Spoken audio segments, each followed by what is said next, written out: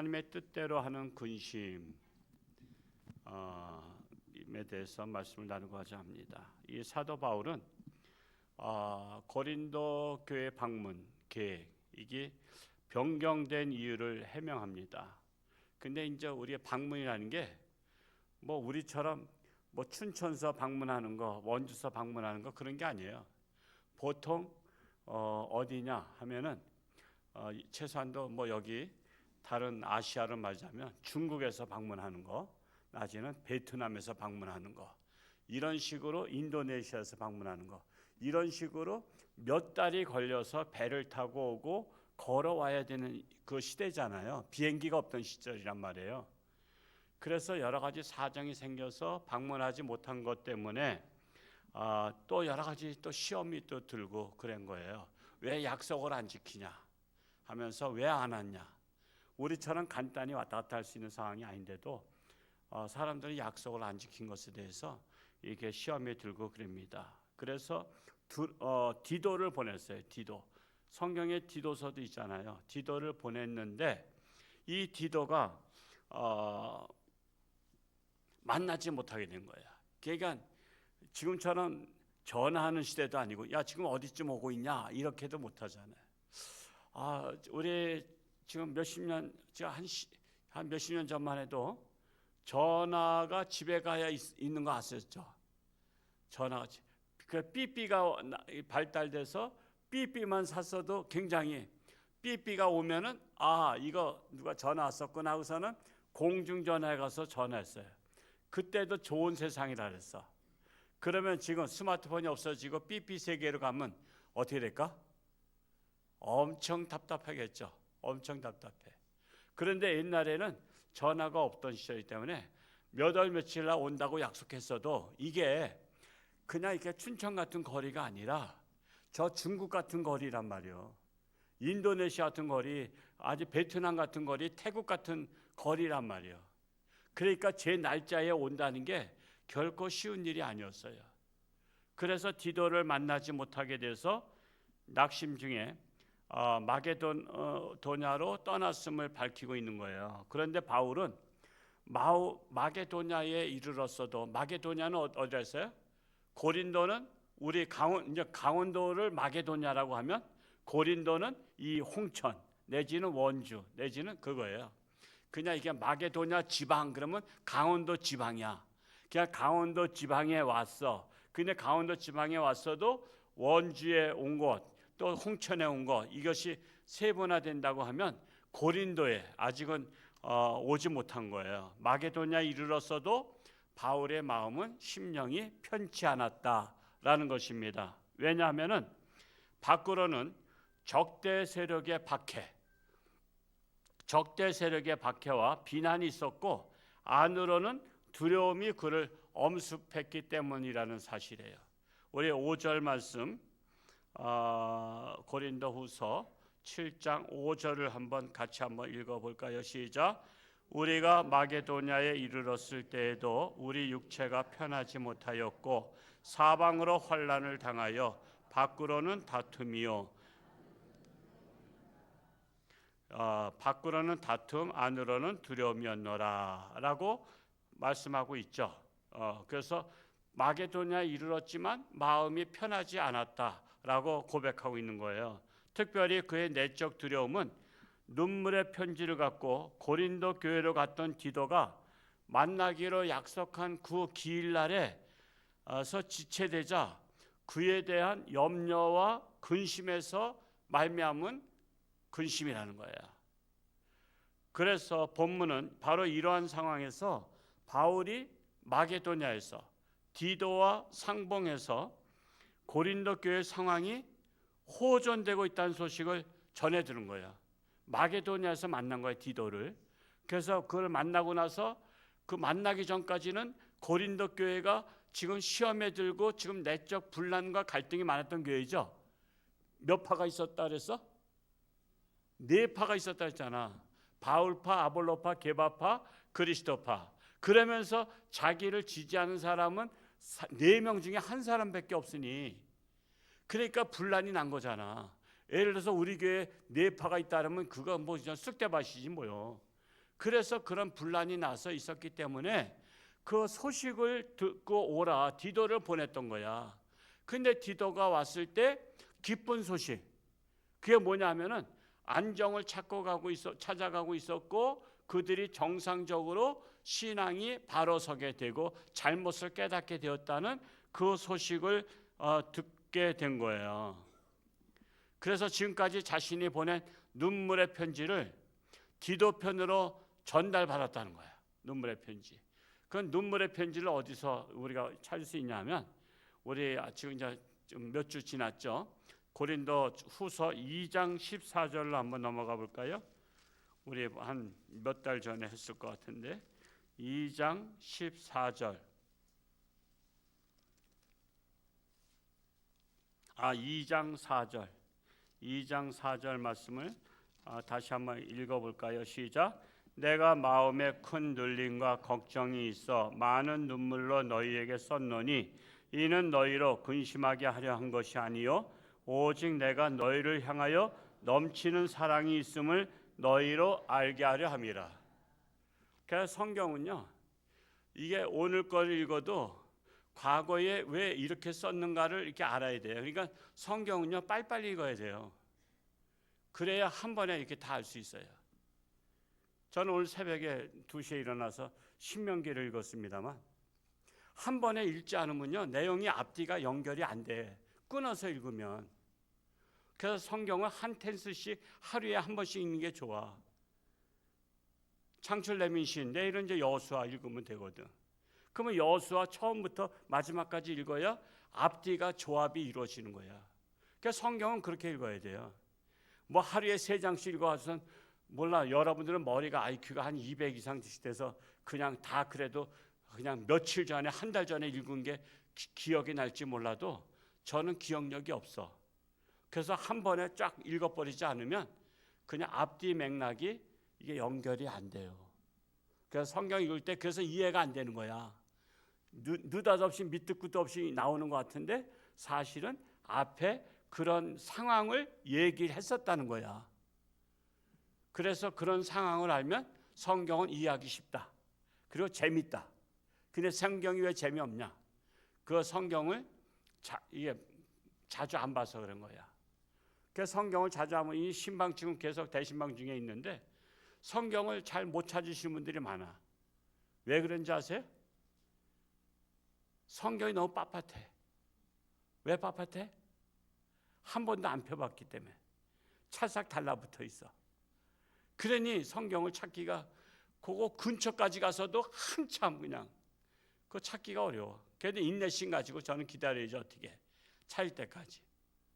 그러니까 성경을 좀 부들부들하게 만들어 좀. 그러려면 어떻게 해야 돼? 자주 읽어야 돼. 자주 읽어야만이 성경이 부들부들해. 그냥 바람에 휘날릴 정도로 다 해라고. 그냥 뻣뻣해서 붙어있지 않도록. 그렇다고도 일부러 또 세탁기에다 넣고 빨진 않길 바랍니다. 세탁기에다 넣고 빨지 말고 또 그렇게 되면 다 너덜너덜해서 없어져 버리니까. 그래서 눈물의 편지를 디도 편으로 전달받은 고린도 교회 성도들이 잘못을 뉘우치기는커녕 도리어 심각한 분쟁과 혼란에 빠지지 않았을까 걱정하고 있었던 거거든요.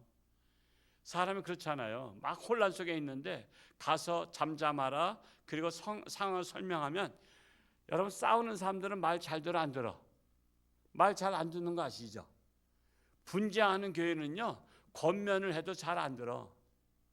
그래서 고린도 교회가 디도에게 눈물로 쓴 편지를 보냈는데 그 편지를 받고 그들이 회개하고 잘못을 인정하고 교회를 올바르게 세우면 좋겠는데, 만약에 눈물로 쓴 편지마저도 거절하고 냉대하고 디도를 쫓아내면 어떻게 할까 하는 근심, 그 근심을 사도 바울이 갖고 있었다라고 하는 거예요. 이해가 쉽죠? 하여튼 저는 어려운 문제를 이해 쉽게 하는 은사를 받아서 천만다행이에요. 그 내용을 제가 몇 번씩 읽으면서 이거를 어떻게 요약을 해야 될까 해서 지금 요약한 걸 말씀을 드리는 거예요. 그래서 이 기쁜 소식을 받은 사도 바울이 엄청난 기쁨을 누릴 수밖에 없었던 것입니다. 그래서 참으로 죄인 하나가 회개하면 하늘에서는 회개할 것이 없는 의인 몇 명? 99명보다 더 기뻐한다는 것을 말씀하고 있는 거예요. 복음 사역자들이 느끼는 최대의 기쁨은 뭐예요? 불의와 죄악에 빠져있던 자들이 자기 허물을 깨닫고 죄에서 회개에 이르는 모습을 보는 거예요. 저도 마찬가지야. 여러분들 교회 와서 변화된 모습, 그게 가장 기쁜 거야. 근데 어떤 사람은 10년, 20년 돼도 변화가 안 돼. 맨날 그 타령이야.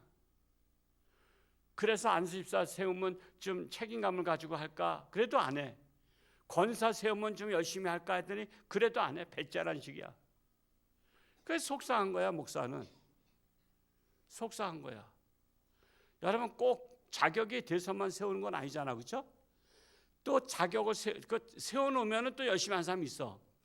내가 권사에 걸맞게, 내가 정말 또 안수집사에 걸맞게, 내가 회장에 걸맞게 해야지. 이왕 맡은 거 내가 똑소리 나게 해야지. 그러면서 열심히 하려는 사람이 있는가 하면 뭘 시켜도 배짜란 식으로 있는 분이 계셔. 그러면 목회자도 속상한 거야. 괜히 세워가지고 왜 이렇게 앞에서 걸리적거리게 하나. 가끔요 여기 언덕바지 올라올 때 차가 20km다가 찔찔찔찔 올라온 차가 있어. 그건 뭐 그 쌍심지키기도 뭐하고 빵빵하기도 뭐해. 답답해. 근데 그거 빵빵거리고 시비고 붙었다간요, 내가 조금 더 올라와서 교회를 다 들어온 거 보면 저 교회 목사가 빵빵거리네. 그거 얼마나 욕하겠어. 그래서 그냥 세워라 내워라 그냥 오는 거야. 그냥 어딜 찾는 것 같아. 멈칫멈칫하면서. 그럴 때 속상한 거야. 그러니까 앞에 차가 쭉쭉 나가줘야지 뒷차들이 쭉쭉 나가잖아요. 가끔요 2차선 되는 꼬불꼬불한 길은요 앞에서 차가 40km, 50km 달려. 그러면 뒤에가 한 10대가 줄줄이 꼬불꼬불하니까 추월도 못해. 그러면 얼마나 사람 흥분되고 혈압이 올라. 그럴 때는 차라리 좀 넓은 곳이 있으면 빠져주고 먼저들 가라고, 난 초짜라. 그렇다 그래서는 이렇게 하면 되는데 니까지 것들이 뭐 추월하려면 추월해봐라 이런 것 같아. 그래서 한국 사람들이 열을 많이 받아. 열을 많이 받아. 물론 겨울에 열 받으면 따뜻하긴 하겠죠. 따뜻하긴 하겠지만 하여튼 우리 직분자들이 정말 앞에서 변화되고요. 신앙생활 그래도 했다고 하는 사람들이 변화되고 정말 본이 되고 이렇게 해야 된다는 사실이에요. 바로 이러한 기쁨과 보람 때문에 복음 사역자들은 온갖 수고를 마다하지 않고 자신의 사명에 충성하게 되는 거예요. 보람 때문에. 한편 본문에서 바울은 고린도 교회 성도들이 자신의 편지를 받고 하나님의 뜻대로 하는 군심을 했기 때문에 구원을 얻는 회개에 도달할 수 있었다고 말하는 거야.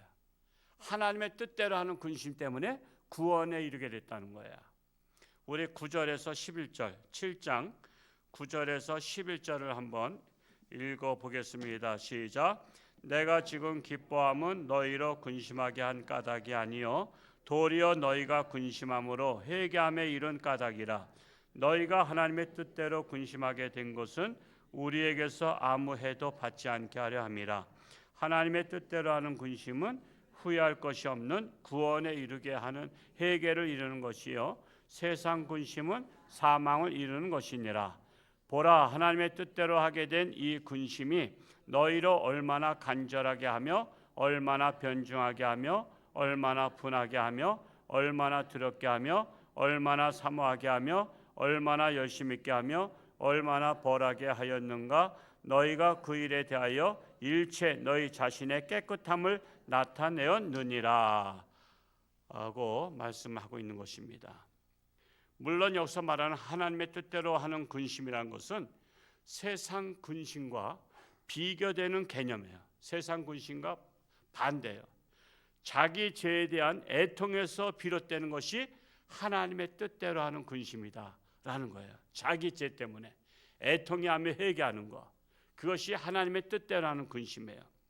즉 이기적 욕망이 달성되지 못하는 것을 안타깝게 여김으로써 생기는 근심은 세상 근심이야. 자기가 욕심을 이루지 못해서 분하다. 내가 누구한테 돈을 뺏겼다. 누가 더 잘 번다. 그래서 속상하다. 그거는 세상 근심이야.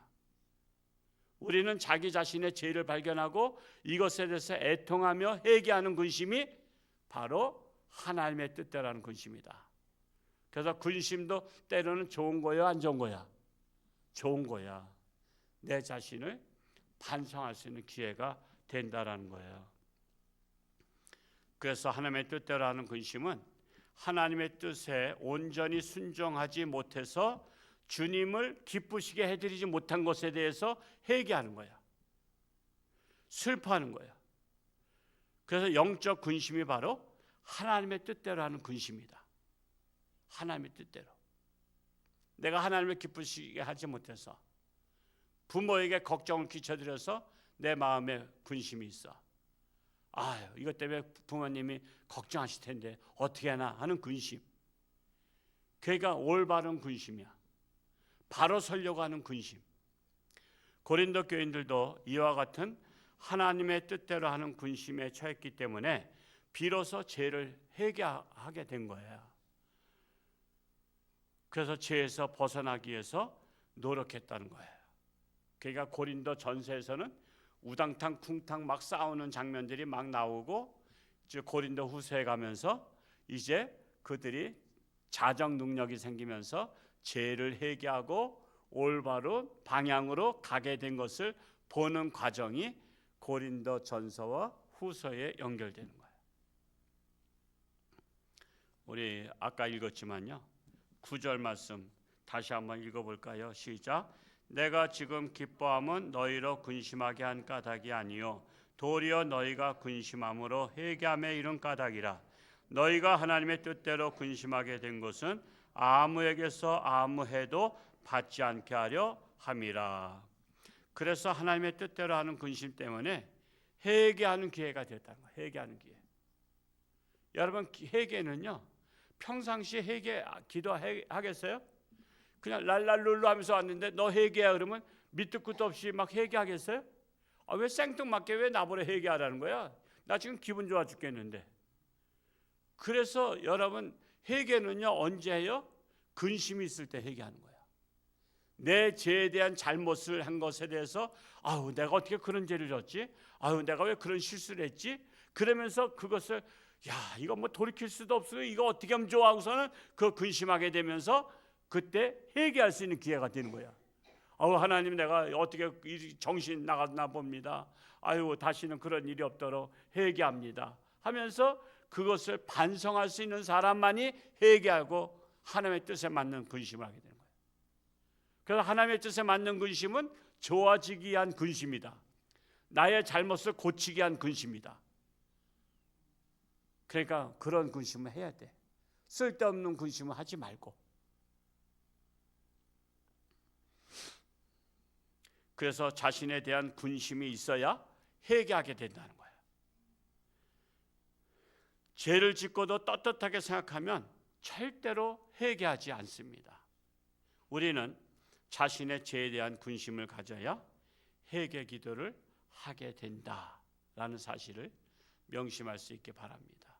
이어서 10절 말씀을 또 다시 한번 읽어볼까요? 시작. 하나님의 뜻대로 하는 근심은 후회할 것이 없는 구원에 이르게 하는 회개를 이루는 것이요 세상 근심은 사망을 이루는 것이니라. 하나님의 뜻대로 하는 근심 때문에 후회할 것이 없는 구원에 이르게 된다는 거예요. 구원. 여러분, 모든 세상 근심 걱정 없고 그냥 잘 나가. 근데 예수 믿고 구원받으라 그러면은 그 사람들이 받아들일 마음이 생겨 안 생겨? 안 생겨요. 내가 뭐가 부족해서 뭐 구원받고 뭐하고 그래? 그래서 그 사람들이 비아냥 거린 소리가 뭐야? 이왕 구원 받을 바에는 10원 줘 그랬다고. 10원 주라고. 그런 말 옛날에 많이 했죠. 왜 구원을 주냐, 10원 주지. 그거 비우는 거야. 빈정대는 거야. 막 빈정댔어. 옛날에 10원짜리 동전 있을 때 그게 있었던 내용들이야. 그러니까 정말 세상에서 잘 나가는 게 때로는 그게 화야. 왜? 잘 나가는 것 때문에 구원받을 생각이 없어. 나 이대로 좋사오니 하잖아. 그래서 여러분 세상에서 잘 나가면요 지옥 간 사람이 많은 거야. 그래서 그러니까 우리 잘 생각해야 돼. 세상에서 잘 나가다 지옥 가면 원이 없어요? 세상에서 좀 고생하다가 천국 가는 게 나아. 그러니까 우리는 이걸 참, 그러니까 눈앞에 이득만 쫓는 사람들이 그렇게 많은 거예요. 그런 사람들한테는 무슨 일이 있어야 돼? 근심거리가 있어야 돼. 근심거리가. 그래서 옛날부터요 어떤 사람들이 예수 믿게 되냐면 도저히 고칠 수 없는 병, 너 죽는다 그랬을 때 하나님 앞에 매달려서 또 역사가 일어나고, 사업이 망해서 사면초갈 때 하나님 앞에 회개하며 기도하며 하나님 살려주세요 했을 때 구원받기도 해. 하나님 앞에 나오라고.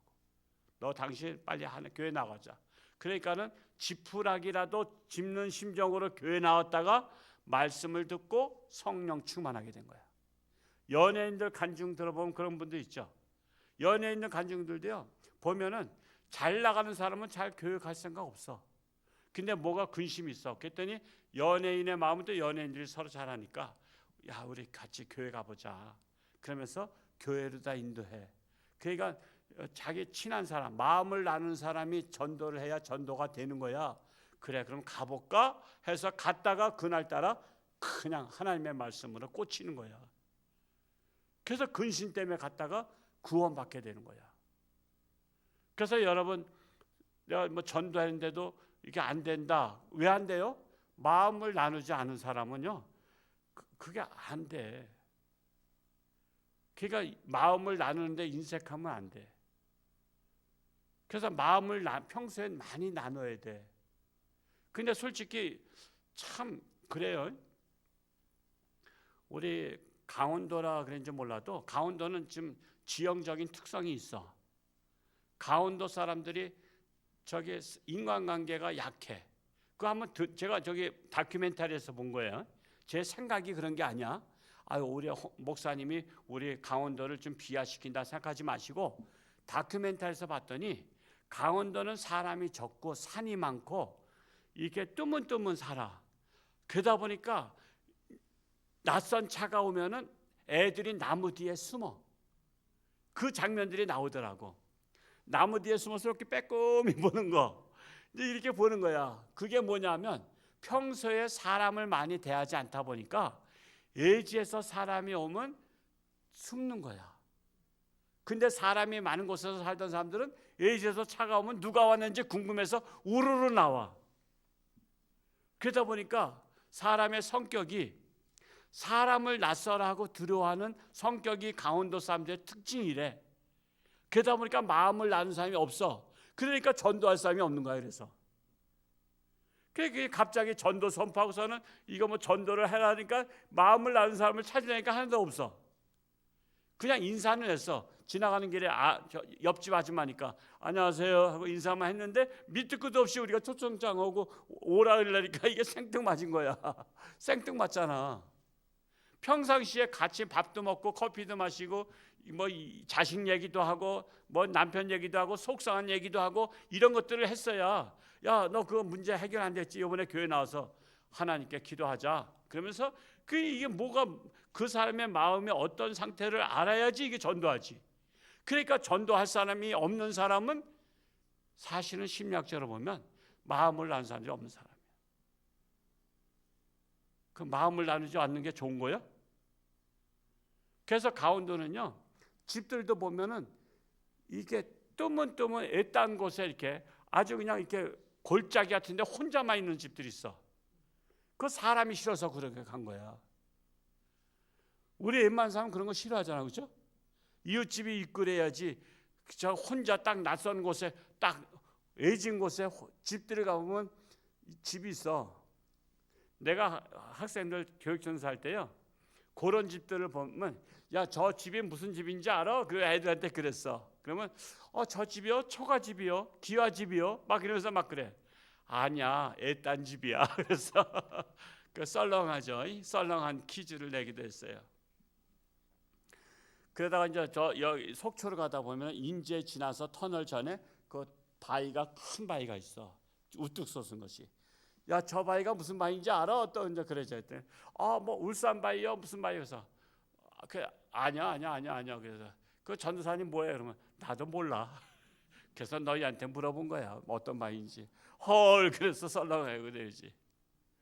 저는 애들하고 막 찍적거리면서 막 농담도 하고 막 이렇게 그래, 이제 성격인데, 우리가 평상시에 마음을 나눠야 그 사람의 애통하는 모습, 근심 걱정 있는 거, 자식 걱정, 남편 걱정, 부모 걱정, 여러 가지 그런 것들을 할 때 그거 하나님 앞에 나와서 기도하자. 이번 기회에 나오자. 그런 말꼬리가 이게 물고 늘어질 수 있는 게 있어야 되는데, 길 가면서만 인사하는 사이에다가 갑자기 전도 지지고 나오세요 그러면 저 사람이 뭐야 저거, 갑자기 그냥 욕만 하고 가는 거예요. 그래서 욕만 하고 가는 거예요. 그래서 평소에 잘하자. 평소에. 그런데 세상 근심은 뭐요? 사망을 이루는 근심이라는 거예요. 예수님은 요한복음 14장 1절, 그러면 너희는 마음에 근심하지 말라. 하나님을 믿으니 또 나를 믿으라고 말씀하신 것은 세상 근심을 하지 말라는 거야. 하나님의 뜻대로 하는 근심은 하는데, 지금 여기 예수님께서 하신 말씀은 너희는 마음에 근심하지 말라 하는 것은 세상 근심을 하지 말고 나를 믿고 근심하지 말라는 거예요. 그러므로 본문을 통해서 우리 성도들은 현재 자신의 가장 큰 근심거리가 무엇인지를 살펴보고, 과연 그것이 세상 근심인지 아니면 하나님의 뜻대로 하는 근심인지를 먼저 냉철하게 분별할 수 있어야 돼. 내가 근심하는 게 세상 근심이냐, 하나님 뜻에 맞는 근심이냐, 이거를 분별해야만이 하나님의 뜻대로 하는 근심이면 빨리 하나님 앞에 나와서 회개 기도하고 눈물로 기도하고, 그래서 그렇게 되면은 그것 때문에 화가 복이 되는 거야. 전화위복의 역사가 그래서 일어나는 거야. 그리고 자신의 죄를 깨달았을 때에는 형식적인 회개가 아닌 생각과 행동이 모두 변화하는 온전한 회개를 드림으로써 죄된 생활을 반복하지 않는 거야. 죄된 생활을 회개 기도하고선요 다시 또 반복하잖아. 그러면 사람과의 약속도요, 미안해 하면서 약속을 깨트린 건 미안해, 다음부터 안 깨트릴게. 그 다음에 또 깨트려. 그러면 그 다음부터 그 사람 믿어 안 믿어? 그럼 안 믿는 거야. 그 사람 안 믿는 거야. 그때부터는 믿질 않아. 그래서 우리가 반복하는 잘못을 저지를 경우가 있어. 그래서 회개는요 하면 제대로 해야 돼. 제대로.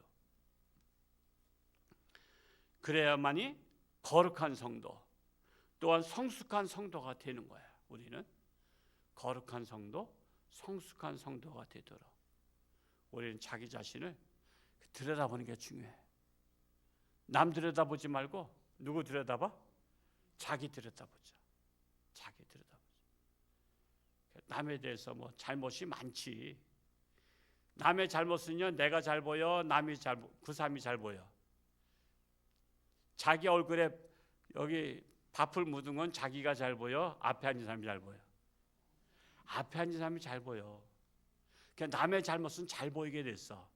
근데 내 잘못은 자기는 또 못 봐. 그래서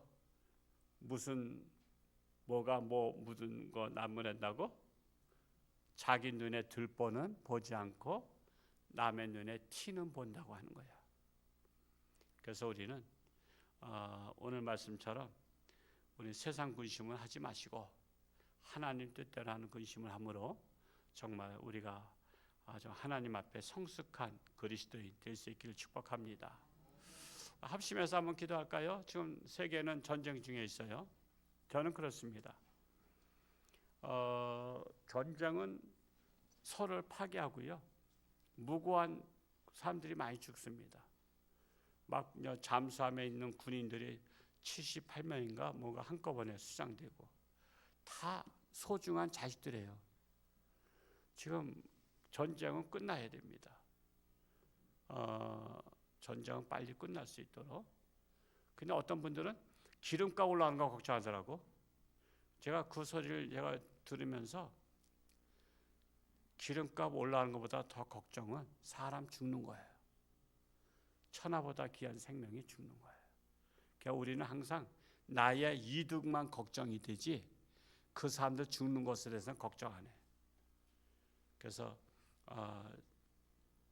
전쟁이 빨리 종식될 수 있도록, 그리고 우리나라가 정말 하나님의 뜻에 합당한 나라가 될 수 있도록 제가 여러 가지 염려하는 법안들이 자꾸 올라가서 통과되고 그래서 노란봉투법이 통과되고 나서부터 벌써 이제 데모하기 시작하잖아요. 월급 배로 올려달라고. 기업들이 다 망하는 일입니다. 기업들이 다 떠나는 일이에요. 결국은 깡통 나라가 될 수 있어요. 제가 그 삼성이 베트남에 그 투자했다가 그냥 세금 폭탄을 맞는 바람에 인도로 떠나는 과정을 제가 들었어요. 그러니까 월급 올려달라 그러고 세금 폭탄 맞고 그러면 기업은 못합니다. 반대로 여러분이 기업하는데 임금을 배로 올려달라 그래. 여러분 사업하는데 구멍가게 하는데 200만 원인데 400만 원 올려달라 그러면 여러분 하겠어요? 근데 법에서는 그걸 해주라 그런단 말이야. 그게 노란봉투법이야. 그래서 지금 기업들이 지금 떠날 생각을 해요. 다 우리나라. 그러면 깡통 차는 거야. 그래서 나라 위해서 기도해야 돼요. 나라 위해서. 저는 기업이 사면 확장되면 많은 사람 쓸 수 있어요. 그래서 지금 실업자가 그렇게 많은 거야. 그리고 점점 공실률이 많아지는 이유가 서울도 엄청 많대요. 강남에도 많대. 지금 이제 계속 이제 막 드러나는 거예요. 그래서 우리나라가 망하기 전에 정신 차리면 다행이고 망하고 나서 정신 차리면 그때는 다시 못 일어나요. 한번 망하면 일어나기 어렵습니다. 그래서 여러분 우리나라가 정신을 차리도록 기도하시고 또 육신의 질병으로 사경 헤매는 많은 분들도 우리 홍수몽 성도님들이요 지금 계속 화장실을 들락거리셔야 되기 때문에 그 메타프가 답답해서 나오셨는데 잘 이해를 하시고 그분도 지금 계속 전립선 암으로 고생하고 계셔요. 지금 암으로 다 고생하는 분들이 많습니다. 그분들 위해서도 기도하고 지금 어떻게 기도하라 했어요? 나라 위해서 우리나라 위해서 세계 평화를 위해서 그리고 우리 환자분들 위해서 주여 한번 외치고서는 합심해서 한번 기도하겠습니다. 주여 사랑하는 아버지 하나님 세계는 전쟁 중에 있습니다. 어서 속히 평화가 오기 원합니다. 참으로 사람들이 무고한 백성들이 죽어가고 있습니다. 어느 나라가 이기는 것보다 하나님의 뜻에 합당한 나라들이 되고 서로 손을 잡고 화해하는 나라가 되는 것이 중요합니다. 어서 속히 전쟁을 금하고 평화가 오게 하여 주옵소서. 우리나라도 하나님 정신을 차리고 경제가 망가지고 있고 참으로 어려운 가운데 있습니다. 참으로 실업자들이 계속 늘어가고 있습니다. 그럼에도 불구하고 참으로 나라 경제는 어려운데 백성들은 깨닫지 못합니다. 어서 속히 이 나라가 바로 서기를 원합니다. 정말 정신을 차리기 원합니다. 그리하여 성실히 일하는 자들이 살 수 있는 세상이 되기를 간절히 원합니다. 육신의 질병으로 사경 헤매는 사랑하는 교우들 불쌍히 여기시고 하나님의 능력의 손길로 치료하는 강산을 바라사 깨끗함 받게 하시고 건강해서 하나님 영광 위에 살게 하여 주옵소서. 여러 가지 근심이 있는 자, 고난 가운데 있는 자 하나님을 바라보며 의지하며 기도할 때에 모든 문제들이 해결되고 승리할 수 있도록 인도하여 주옵소서. 사랑하는 아버지 하나님, 세계는 전쟁 중에 있습니다. 우리는 기름값을 걱정하는데 그들은 생명이 왔다 갔다 합니다. 천하보다 귀한 생명이 더 귀함에도 불구하고 우리는 우리 자신들의 물가 걱정을 합니다. 참으로 생명을 사랑하며 천하보다 귀한 생명들이 무고히 죽어가고 있는데 어서 속히 평화가 임하기를 간절히 원합니다. 그리하여 더불어 살아갈 수 있는 세상이 되게 하여 주옵소서. 우리나라도 지금 경제가 망가지고 있습니다.